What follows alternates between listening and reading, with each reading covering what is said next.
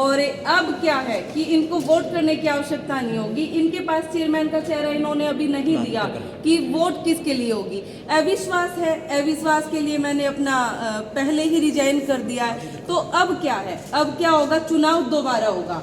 जो भी प्रत्याशी आएगा उसको 12 वोट नहीं, उसको 9 वोट चाहिए जैसे पहले चुनाव हुआ था। और अगर ये कहते हैं कि अब आप इसका रिजाइन नहीं दे सकते, तो ऐसा कोई इंटीमेशन दिया ही नहीं गया कि आप रिजाइन नहीं कर सकते। मीटिंग का जो हमारी प्रेजेंट होने का समय था 3 से 3:30 का था। मैंने 3:25 पे वो लेटर दिया हुआ है। और कल भी मैं डीसी साहब को लेटर देने आई थी, तो मुझे डीसी साहब ऑफिस नहीं मिले थे, तो मेरा रिजाइन कल से ही था और मैं अपना रिजाइन दे चुकी हूँ। आप अपनी हार मान चुकी हैं? ये हार नहीं, हार नहीं होती है, ये हार नहीं होती। मैं आज सीएम साहब के साथ हमारा महिला वंदन था, करनाल में था, नारी शक्ति वंदन के लिए। तो मैं तो अपनी पार्टी के काम पे ही लगी हुई हूँ। और ये पार्टी के अपने आप को दावेदार बताते हैं, पार्टी का फटका तक इनके पास नहीं है, पार्टी का कुछ भी नहीं है। तो फिर भी मैं कहती हूँ मेरे ये अपने भाई हैं। भावुक लग रही है आप। अरे यार भावुक आप लग रहा है ऐसे भावुक हो रही है। ऐसा कभी नहीं होता कि मैं भावुक हूँ, एनर्जी आती है मुझे देख के। और जो आप कह रहे थे कि आपको क्या चेयरमैन बनने से पहले किचमिच नहीं पता थी, मैं सच्चाई बताऊं तो मैं एक पार्टी की कार्यकर्ता भी, बस एक ये था कि मैं बीजेपी को समर्थन करती हूँ। मैं दोबारा चुनाव होगा, दोबारा चुनाव होगा। दोबारा उस फाइट करेंगे उस चुनाव को, चेयरमैन की? नहीं, मुझे तो सीएम साहब का कुछ नया ही ऑर्डर मिला है। उन्होंने मुझे कल रात को बात की थी कि आप ज्योति रिजाइन कर दो और हमें ऐसे नए चेहरे की, ऐसे युवा चेहरे की कहीं और तलाश है।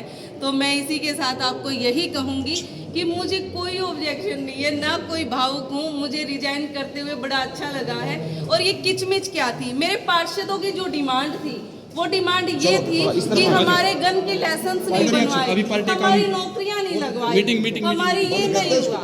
तो अब मैं यही कहूंगी कि अब ऐसा चेयरमैन उनको मिले जो इनको सब कुछ करवा के दे, जो मेरे से नहीं हो पाया। मैंने ईमानदारी से ग्रांट लगाई, कोई भी वार्ड उठा के देख सकते हो। आज तक जिला परिषद में 8 करोड़ रुपया आया है, 8 में से 5 करोड़ रुपया लग चुका है। 3 करोड़ रुपए के टेंडर जो हैं उन पे हमारे सीओ सर बदल दिए गए हैं। तो अभी नए सीओ को कुछ नहीं पता है। आपकी शिकायत भी आई है थाने में 13 साल में आपके और आपके पति के खिलाफ, कुछ पैसों को लेके, नौकरी को लेके कुछ? अरे एक बात बताइए, पहली तो बात देखो, मैं क्लियर कर, वैसे तो इस टॉपिक पे नहीं बोलना चाहती थी, लेकिन आपको बताती हूँ।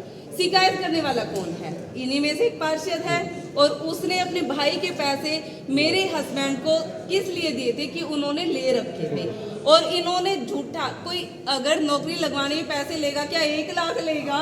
ये तो देखो। मीटिंग का टाइम हो गया, मीटिंग का टाइम मेरा सीएम साहब के देखिए हमारी ना यूथ की मीटिंग है कि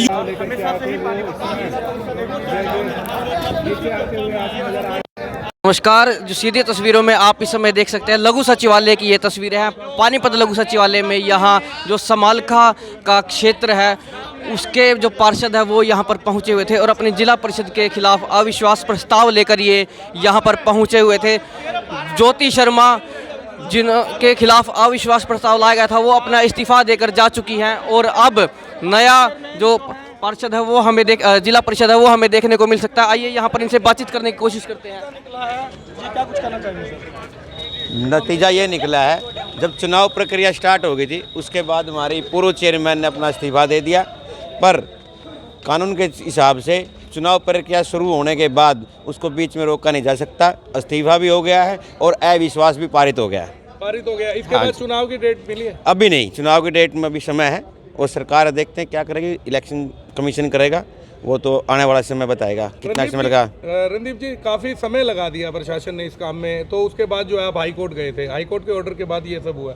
हाँ, ये हाई कोर्ट के ऑर्डर के बाद हुआ है। पिछली बार जो डेट आई थी डीसी साहब किसी कारणवश छुट्टी पे चले गए थे, पर हम हाई कोर्ट गए थे, हाई कोर्ट से हमें डेट फिक्स थी 6 तारीख, उसके बाद ये सब हुआ। हाई कोर्ट में किस पार्षद द्वारा रेड लगाई गई थी? मैंने लगाई थी और आकाश ने लगाई थी, रणदीप कई ने और आकाश ने लगाई थी। मलिक साहब, इस अविश्वास प्रस्ताव को लाने की आवश्यकता क्या पड़ी, क्या वजह रही? अविश्वास प्रस्ताव तो हमारे माननीय 12 साथियों ने, 12 पार्षदों ने दिया था, तो मैं उस 12 में नहीं था। ये तो वही ज़्यादा बेहतर बता पाएंगे क्यों जरूरत पड़ी थी। तो अब टोटल कितने हैं जी? 12 के 12 है जिन्होंने अविश्वास दिया था, वो ऐसे कैसे संगठित रहे। और वो आज के अविश्वास प्रस्ताव का जो समय जिला प्रशासन द्वारा दिया गया माननीय उपायुक्त महोदय द्वारा, वो सब समय पर आए।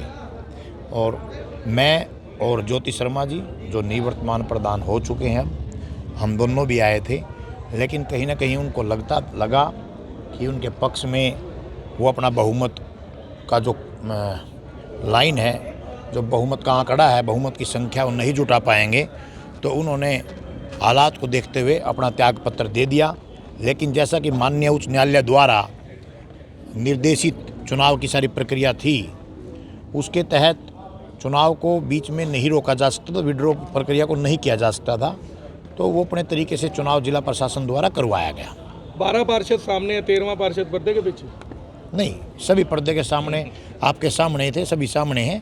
लेकिन मैंने जैसे कहा कि 12 पार्षदों ने दिया था, तो आज हम दोनों भी गए थे, लेकिन उन्होंने कहीं लगा कि वो उनको 6 का आंकड़ा जुटाना था, तो 6 की संख्या उनके पास नहीं थी आज के दिन, तो उन्होंने अपना त्यागपत्र दिया।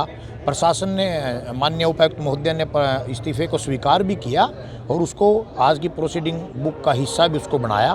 तो वो इलेक्शन की प्रक्रिया से शुरू होने से ही पहले ही वो उठ करके चले गए। रणदीप जी आपसे सवाल है कि यह बीजेपी के खिलाफ दिया जा रहा है या ज्योति शर्मा के? नहीं, ये सरकार के खिलाफ नहीं, बीजेपी के खिलाफ नहीं, ये ज्योति शर्मा चेयरमैन के खिलाफ है। यदि अगली चेयरमैन बनती है तो वो किस पार्टी की होगी आपके? वो आने वाला समय बताएगा। अगला चेहरा कौन है? अगला चेहरा कौन? वो भी आने वाला समय बताएगा। किसी को आगे रखकर तो आपने ये चीज की होगी, पहले से कुछ ना कुछ। वो आपको पता है, पीछे हम किसके साथ थे, कौन था, ये सब बातें इस समय आने में पता लग जाएगा आपको। नेतृत्व किया गया आपका। रणदीप जी आज विजय हुई आपकी? मेरी विजय नहीं, 12 पार्षदों की विजय हुई है। हाँ, 12 पार्षदों की विजय जो हुई है। चाह रहे थे वो हुआ? हाँ, वही हुआ। और बोलो पत्रकार महोदय। चलिए, समालखा के जो ये पार्षद थे सभी हमारे साथ थे, और अभी जो है जिला परिषद चेयरमैन ज्योति शर्मा के खिलाफ अविश्वास प्रस्ताव पारित हो गया है और उन्होंने अपना इस्तीफा दे दिया है। हालांकि इसकी रूपरेखा बहुत पहले से तैयार थी और ये स्पष्ट था कि उन्हें कहीं ना कहीं अब अपने पद से इस्तीफा देना पड़ेगा, क्योंकि जो उनके ही पार्टी के सदस्य हैं वो उनके खिलाफ थे, उनके कामों से संतुष्ट नहीं थे, तो इसलिए ये काफ़ी लंबे प्रकरण के बाद अब उनका इस्तीफा हो गया है। और अब ये देखना होगा कि अगला जो जिला परिषद का चेयरमैन है वो कौन बनता है, और यदि ये जो जानकारी हमारे सामने आती है या जो भी आगे घटनाक्रम रहेगा, जो भी प्रकरण रहेगा, वो हम अपने दर्शकों तक पहुंचाने का प्रयास करेंगे। तब तक आप हमारे चैनल के साथ जुड़े रहिए और कमेंट बॉक्स में इस खबर पर अपनी राय देते हुए वीडियो को ज़्यादा से ज़्यादा शेयर कर दीजिए। महिलाओं को उनके खिलाफ अविश्वास प्रस्ताव लाना पड़ा। हमारे वार्ड में विकास कार्य नहीं होगी, 1.5 साल हो चुका है, कोई काम नहीं, कोई विकास कार्य है अपनी सहमति से कुछ एक आधा काम उनने किया होगा, हमारा कोई काम नहीं हुआ। ऐसा क्या कारण था कि वो आपकी बातें नहीं मान रहे थे? क्योंकि जब इतने सारे आप उनके अब विरोध में हो तो आप सबसे पहले आराम से इस बात को, अपने कामों के लिए गए भी होंगे उनके पास, तब क्या उन्होंने कोई संतोषप्रद उत्तर या काम किया? नहीं किया। नाम क्या आपका? पूजा, 16 वार्ड से। तो अब अगला चेहरा कौन हो सकता है? क्या किसी महिला को ही बनाया जाएगा फिर? महिला कोई, काजल देसवाल। काजल देसवाल को? वैसे पहले नाम नहीं स्पष्ट कर रहे थे, अब आपने स्पष्ट कर दिया कि काजल देसवाल। हाँ। कौन से वार्ड से हैं वो? 13 वार्ड से। तो क्या लगा काजल देसवाल में?